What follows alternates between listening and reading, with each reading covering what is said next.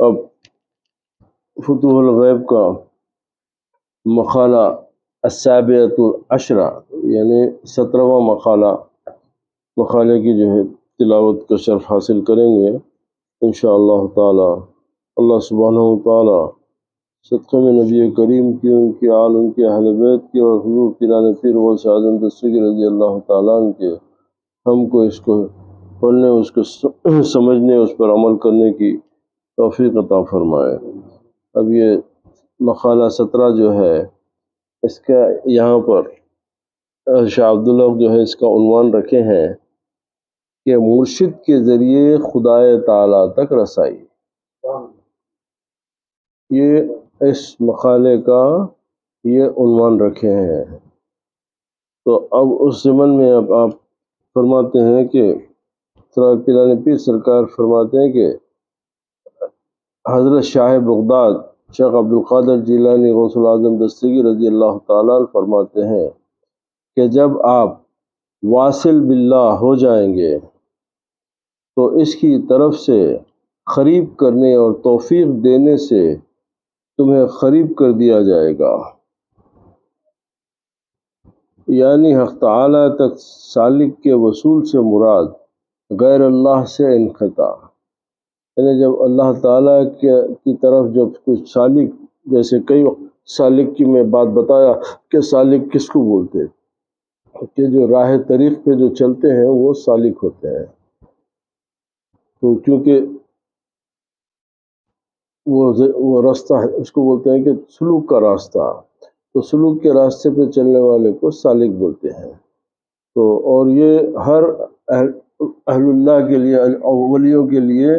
کیونکہ اس میں جیسے کئی وقت بولا کہ اولیاء اللہ میں 2 جماعتیں ہوتی ہیں، ایک سالک ہوتا ہے، ایک مجذوب ہوتا ہے۔ تو اب مجذوبی اولیاء اللہ کے زمرے میں شامل ہے ضرور ہیں، مگر ان کی اتباع نہیں کی جاتی، اتباع سالک کی جاتی ہے، کیونکہ سالک اللہ سے تعلق مضبوط ہونے کے بعد بھی اللہ بندوں سے اپنے تعلق کو قائم رکھتا ہے، اور وہ اللہ سبحانہ و تعالیٰ اور اپنے بندے کے درمیان میں ایک رابطہ ہوتا ہے۔ تو اسی لیے جتنے اولیاء اللہ ہیں جن کی تعلیمات دنیا میں چلتی آئی ہیں، جن کی مثالیں لی جاتی ہیں، وہ پورے کے پورے سالکین کے امام ہیں۔ وہ غوث اعظم دستگیر ہو کہ غریب نواز سرکار ہے کہ حجویری ہو، بڑے بڑے اولیاء اللہ ہیں، جنید بغدادی معروف، جن جن کا ذکر آتا ہے یہ تمام سالکین ہیں۔ تو بولتے کہ جب سالک کے وصول سے مراد غیر اللہ سے انقطاع ہے۔ اب یہ سالک کا راستہ کیا ہوتا کہ اللہ کے غیر سے اپنے تعلق کو قطع کر دے، اللہ کے علاوہ کسی سے امید نہ رکھے، کسی سے خواہش نہ رکھے، کسی سے کوئی آرزو نہ رکھے، اس کا معبود، اس کا مقصود، اس کا مطلوب صرف اللہ سبحانہ و تعالیٰ کی ذات ہوتی۔ تو غیر اللہ سے وہ اپنے تعلق کو قطع کر دیتا ہے، اور قرب سے یعنی قربت کی وجہ سے، قرب سے مراد غیر اللہ سے بعد، وہ دوری ہے کہ اللہ کے غیر سے دوری اختیار کر لینا ہے۔ اچھا، وصول اللہ کے معنی خلق، وصول اللہ کے معنی خلق، خواہش، ارادہ، نفس اور آرزوؤں سے باہر آنا ہے، یعنی کہ مخلوق کی طرف سے نفع و نقصان، تعریف و مذمت اور ان کے وجود و عدم سے نظر کو روک لے۔ سمجھ رہے بات؟ یعنی مخلوق کی طرف سے کسی نفع یا نقصان کو، کسی تعریف یا مذمت اور ان کے وجود اور عدم سے نظر کو روک لے، یعنی ان تمام کا تعلق صرف اللہ سے رکھے، مخلوق سے نہ رکھے، یہ ہوتا ہے وصول۔ اچھا، اور آرزوؤں سے باہر آنا، اور اللہ تعالیٰ کے فعل اور ارادے کے ساتھ ثابت رہنا ہے۔ یعنی نفس سے باہر آنے سے مقصود یہ ہے شرعی اوامر و نواہی، یعنی قرآن و حدیث میں جن باتوں کو کرنے کا حکم اور جن باتوں کو نہیں کرنے کا حکم دیا گیا ہے اس کی اتباع و اطاعت کا اہتمام کرے، التزام کرے، وہ اپنے پہ لازم کر لے۔ وہ احکام جو اللہ اس کے رسول کی طرف سے نازل ہوئے ہیں کہ جن چیزوں کی اوامر و نواہی یعنی کرنے کا حکم اور نہیں کرنے کی ممانعت، تو ان کو اپنے اوپر لازم کر لے۔ جس چیز سے اللہ تعالیٰ روک دیا ہے وہ نہ کرے، اور جس چیز کا اجازت دیا ہے وہی کرے، اس کو اپنے اوپر لازم کر لے۔ اس کے بعد یہ جس طرح کی وہ کرے اور جس حال میں رکھے اس پر راضی رہے۔ جبکہ تمہاری طرف سے تدبیر و خواہش میں کسی قسم کی حرکت نہ پائی جائے۔ تدبیر نہ تمہاری ذات کے متعلق ہو نہ ہی خلق خدا کے متعلق، بلکہ حرکت و تدبیر اس کے حکم، فعل اور تدبیر سے ہونی چاہیے۔ اس کا مطلب یہ ہے کہ تمہارے تصرف و اختیار اور تدبیر کا دخل نہ رہے۔ اب ہر چیز اللہ سبحانہ وتعالیٰ کے سپرد کر دی۔ جو چیز ہوئی اس کو اللہ کی مرضی اور اللہ کے حکم کو سمجھ کے قبول کرنا، یہ عقیدہ ہونا چاہیے۔ بس یہی حالت فنا ہے، اور یہی مقام کے اوپر آپ کو فلاح کی طرف آپ کا راستہ شروع ہوتا ہے۔ فلاح کا مطلب یہ نہیں کہ مر جانا، نہیں، جیتے جی اپنے نفس کو اللہ کے تابع کر دینا، اب اپنی کوئی خواہش باقی نہیں رہنا، اب جو بھی ہے وہ خداوند قدوس کے حکم سے معاملہ ہے۔ اصطلاح صوفیہ میں جسے وصول سے تعبیر کرتے ہیں، یعنی وصول کے معنی فنا اور واصل کے معنی پانی کے ہیں۔ یعنی اب یہ اصطلاح ہے صوفیہ کرام کی کہ وصول کیا ہے، یعنی بھائی جب تیرے کو پا لیا تو میں کہاں رہا، جب تو آ گیا تو کوئی نہیں رہتا باقی، تو لہذا فنا ہو گئے۔ اب اس کے بعد میں اب وہ حالت میں جو باقی رہ گیا، جو واصل ہوا، تو واصل اللہ کیا ہے کہ جب اللہ تعالیٰ سے اس کی دوستی ہو گئی، اللہ تعالیٰ سے اس کو قرب نصیب ہو گیا، اللہ تعالیٰ سے اس کی معرفت ہو گئی، تو وہ واصل ہو گیا۔ جب واصل ہو گیا تو فانی ہو گیا۔ اب فانی، اب اس کی مرضی نہیں رہی، اب اس کی خواہش نفسانی کا کوئی دخل نہیں ہوتا۔ لیکن اللہ تعالیٰ تک رسائی بندوں تک رسائی کی طرح ہرگز نہیں ہے۔ تو اب یہ کہ بھئی جیسے آپ ایک بندہ دوسرے بندے سے ملتا تو بولے اللہ تک رسائی ویسی نہیں ہوتی کہ بندوں کی رسائی میں خط مسافت ہوتی ہے۔ یعنی بندوں سے ملنے میں آپ کو سفر کرنا پڑتا ہے، چلنا پڑتا ہے، جانا پڑتا ہے، یہ تمام چیزیں ہیں، اور اجسام باہم ملتے ہیں اور ایک دوسرے کے جسموں سے تعارف ہوتا ہے، ایک دوسرے کے جسم کو جانتے ہیں، ایک دوسرے کی شخصیت کو، ایک دوسرے کے نام کو، اس کی شخصیت کو پہچانتے ہیں۔ یہ بندوں سے ملنا ہوتا ہے، اللہ سے ملنا اس طریقے سے نہیں ہوتا۔ اچھا، ہرگز نہیں ہے جسے عقل عامہ پا لیتی ہے اور معلوم معہود ہے، کیونکہ اس کی مثل کوئی نہیں۔ اب کیونکہ نہ اس کی ذات میں نہ صفات میں، وہ جسم اور جسمانی صفات سے پاک اور مبرہ ہے۔ اللہ تعالیٰ کی ذات جسم، جسمانیات، مکان، مکانیات سے پاک ہے، تو اب اس سے رسائی اس تک ویسی نہیں آپ ہو سکتی، اس کو وہ رسائی نہیں ہے جو آپ کی بندوں سے رسائی ہوتی ہے۔ وہ اللہ تک کی رسائی کا معاملہ وہ الگ ہوتا، اور وہ سننے والا دیکھنے والا ہے، یعنی وہ کانوں کے بغیر سنتا اور آنکھوں کے بغیر دیکھتا ہے۔ اسی طرح اس کا قرب و حصول جسم اور مکان کے ساتھ موصوف نہیں ہے۔ جس طریقے سے وہ بغیر کانوں کے سنتا ہے اور بغیر آنکھوں کے دیکھتا ہے، اسی طریقے سے اس کو پانے کے لیے جسم اور مکان کے ساتھ اس کو آپ نہیں جوڑ سکتے۔ وہ خالق اس بات سے برتر ہے، وہ ان تمام باتوں سے بہت بلندی پہ ہے کہ مخلوق کے ساتھ اس کی تشبیہ دی جائے یا اس کی صفت پر قیاس کیا جائے۔ تو وصول اللہ اللہ تعالیٰ کے بتانے سے اہل وصول کے نزدیک معروف ہے، یعنی حق تعالیٰ کے ساتھ وصول یعنی فنا ہونا کے بعد باطن میں ایسی نسبت اور حالت پیدا ہو جاتی ہے جسے ذوق اور تعلیم حق سے بندہ پہچان لیتا ہے، اور یہ جو کہا گیا کہ مخلوق حرص اور ارادے سے باہر نکلنا اور اللہ تعالیٰ کے فعل و ارادے میں فنا، یہ وصول کے آثار و علامت ہے، یہ فنا ہونے کے آثار اور علامات ہیں، حقیقت وصول نہیں، یہ حقیقت فنا نہیں ہے، یہ آثار ہے صرف۔ جیسا کہ محبت در حقیقت دلی انجذاب کا نام ہے، محبت در حقیقت آپ کے دل میں ایک جو جذبہ پیدا ہوتا ہے، آپ کے دل میں جو ایک خواہش پیدا ہوتی ہے، تو اس سے جو ہے ایک محبت کا جو اظہار ہوتا ہے نام ہے، اور امتثال اور امر خدمت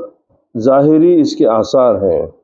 اہل ظاہر اس امتثال امر کو ہی بندے کی خدا تعالیٰ سے محبت قرار دیتے ہیں۔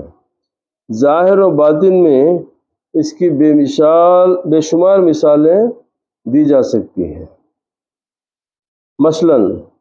حالت بلوغ وغیرہ، یعنی جوانی کی عمر میں پہنچنا، خلاصہ کلام و حصول حق ایک باطنی نور اور حالت ہے جسے اہل وصول تعلیم الہی سے پہچان لیتے ہیں۔ جو فنا ہوتے ہیں وہ اللہ تعالیٰ کی طرف سے جو ان کو علم عطا کیا جاتا تو اس سے جو ہے وہ اس کو پہچان لیتے ہیں۔ ہر ایک کا قرب الہی میں جداگانہ مرتبہ ہے، ہر ایک کا قرب الہی میں جداگانہ مرتبہ ہے۔ قرب الہی نصیب ہوا مگر نہیں، ہر ایک کا مرتبہ جدا ہے، ہر ایک کا مرتبہ جدا ہے، اور دریافت وصول میں اس کا کوئی اور شریک نہیں ہے۔ یعنی اگرچہ وصول کے معنی ایک ہی ہے مگر ہر تجلی جدا ہے، ہر تجلی جدا ہے، کیونکہ اس میں تکرار نہیں۔ اس کو ایک شعر سے جو ہے اس طریقے سے سمجھایا جا رہا ہے یہاں پر، اے وہ ذات جس کا ہر دل کے ساتھ الگ راز ہے، اے وہ ذات جس کا ہر دل کے ساتھ الگ راز ہے، اور جس کے دروازے پر ہر فقیر کا جداگانہ ناز ہے، جس کے دروازے پہ ہر فقیر کا جداگانہ ناز ہے۔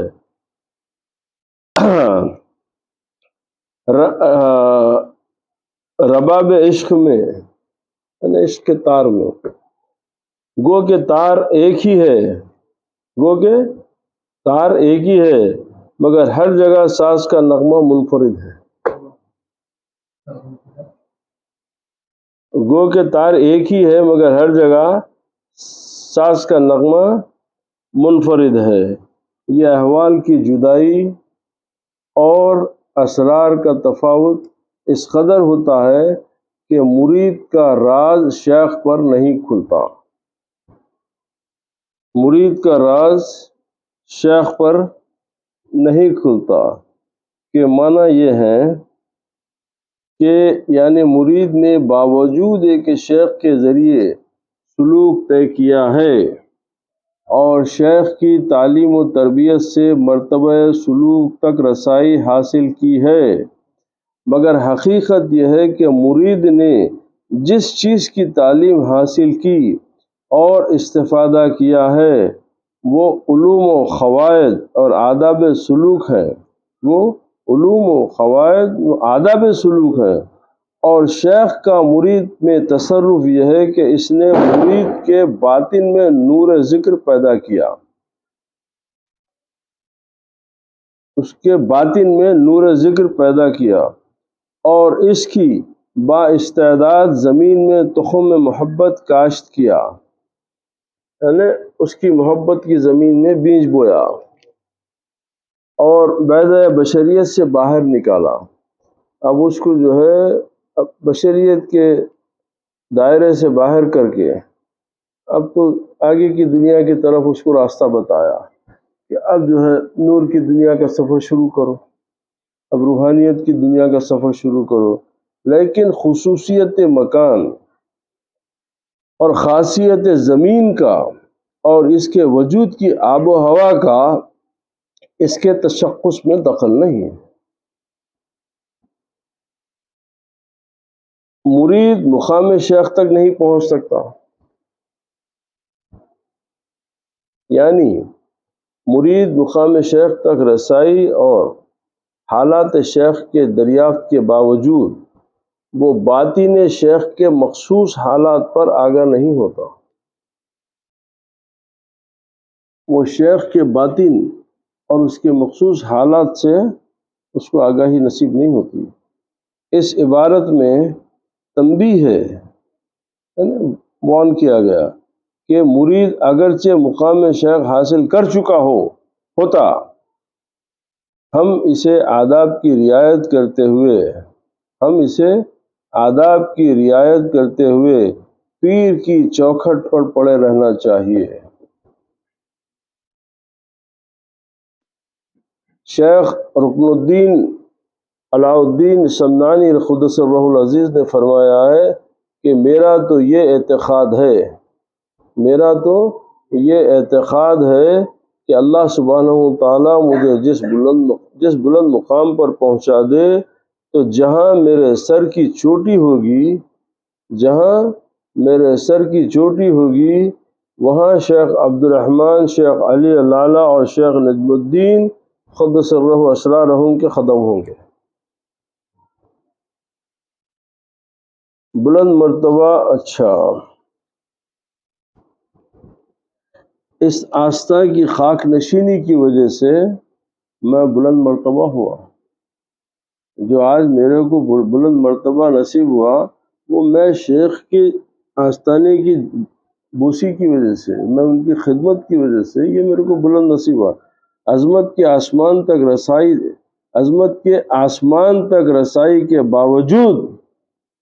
میں اس کوچے کا غبار ہی ہوں، میں اس گلی کی خاکش ہوں۔ اچھا، اس کے بعد فرماتے ہیں کہ پہنچ جائے تو اسے شیخ سے علیحدہ اور جدا کر لیا جاتا ہے، تو اللہ تعالیٰ نے اپنے فضل و کرم سے اس کا معاملہ اپنے ہاتھ میں لیتے ہوئے تمام مخلوق سے منقطع کر دیتا ہے۔ اس کا مطلب یہ ہے کہ خواہ شیخ ہو یا غیر شیخ، جیسا کہ بچے کا درد روک کر رنگ رنگ کے کھانوں اور قسم قسم کی غذاؤں سے تربیت کی جاتی ہے اور غذا مہیا کی جاتی ہے تاکہ وہ مردوں کے مرتبے تک پہنچ جائے، پس شیخ بمنزل دایا کے ہے، شیخ بمنزل دایا کے ہے، اور 2 سال کے بعد شیر خارگی نہیں ہے، 2 سال کے بعد شیر خارگی نہیں ہے۔ اب دایا کب تک خدمت کرتی بچے کی؟ 2 سال تک۔ تو اس کا مطلب کیا ہوا؟ مرید طفل شیرخوار کی طرح، انفنٹ کی طرح پیدا ہوئے تو بچہ جو 2 سال تک جو بچہ ہے اس کو انفنٹ بولتے ہیں، تو طفل شیرخوار کی طرح جو مدت رضاعت تک دایا کی گود میں پرورش پاتا ہے یہاں تک کہ وہ انواع و اقسام کے کھانوں اور غذاؤں کے قابل ہو جاتا ہے، اب تربیت پا کے جب مدت رضاعت تک پہنچ جاتا تو اب اس کے بعد میں اس کو غذاؤں اس کو لذت محسوس ہوتی، مزہ سمجھ سکتا غذا کا مزہ تو ہو جاتا ہے، اور مدت رضاعت کے بعد کا حال جدا گانا ہے۔ اب جب رضاعت مکمل ہو جاتی تو اس کے بعد حال بدل جاتا، اس کے بعد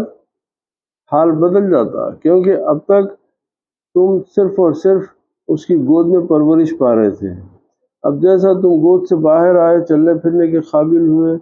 جب بات چیت کرنے کے، کسی چیز کو محسوس کرنے کے قابل ہوئے، تو لہذا اب تمہارا حال بدل جائے گا۔ اور نہ ہی ارادہ و خواہش کے بعد مخلوق سے تعلق رہتا ہے، کیونکہ جب تک سالک کے باطن میں ارادہ اور خواہش کا وجود تھا، انہیں توڑنے کے لیے شیخ کی ضرورت تھی، لیکن ان کے زوال کے بعد نہیں، کیونکہ اب کدورت اور نقصان نہیں ہے، اب بچ گیا، اب محفوظ ہو گیا۔ اب اس کو شیخ اس کو بالکل مرصع کر کے، بالکل ان تمام چیزوں سے پاک کر کے، بالکل صاف کر کے پیش کر دیا۔ اب اس کے پاس اب کوئی کدورت نہیں رہی، نہ اب کسی نقصان کا خوف باقی رہا۔ یعنی شیخ کی ضرورت کب تک رہتی ہے؟ تو حصول فنا کے بعد کام کی تکمیل ہو جاتی ہے، یعنی جب مرید واصل ہو گیا، جب مرید طریق کے راستے پہ چلتے واصل جب ہو جاتا تو تک اس کی وہ تکمیل ہو جاتی، اور سلوک جو کہ سیر اللہ سے عبارت ہے اپنی انتہا کو پہنچ چکا، اور سالک مرتبہ کمال حاصل کرنے کے بعد ولایت سے دروازے میں داخل ہو کر بقا پا چکا ہے، اور معاملہ سیر فی اللہ سے وابستہ ہو چکا ہے۔ انشاءاللہ آج کی گفتگو کیونکہ بہت طویل مقالہ ہے یہ، اس کے لیے 2-3 نشستیں ضرور ہو جائیں گی، نہیں، اور انشاءاللہ آئندہ نشست میں اس کی تکمیل ہو جائے گی، اور اللہ سبحانہ وتعالی اپنے کرم سے صدقے میں پیران پیر غوث اعظم دستگیر ان کی غلامی کی نسبت کا صدقہ طفیل ہم کو ان باتوں کو سمجھنے اور اس پہ عمل کرنے کی توفیق عطا فرمائے۔ اللہ تعالیٰ یہ جو اسرار کی باتیں ہیں، یہ جو اولیاء اللہ کا کلام ہے، اس کو سمجھنے کی توفیق عطا فرمائے، اور پیران پیر ہم غلاموں کو اپنی نسبت کے طفیل نسبت کے صدقے میں ہماری جو یہ امور ہے، جو حل طلب امور ہے، اس کو آسانی ہمارے لیے آسانی پیدا فرمائے، اور اس میں ہماری مدد فرمائے، تاکہ ہم ان باتوں کو سمجھ سکیں اور اس پر عمل کر سکیں، اور ہم اپنی قادری نسبت کا واسطہ دیتے ہیں کہ پیران پیر ہم غلاموں پہ کرم فرمائے، رحم فرمائے، صدقے میں نبی محمد رسول اللہ صلی اللہ علیہ وسلم کی عزت کا واسطہ، اہل بیت کرام کی عزت کا واسطہ، ہمارے تمام شیوخ کرام کی عزت کا واسطہ ہم پہ کرم فرمائیے، رحم فرمائیے۔ وآخر دعوانا الحمدللہ رب العالمین۔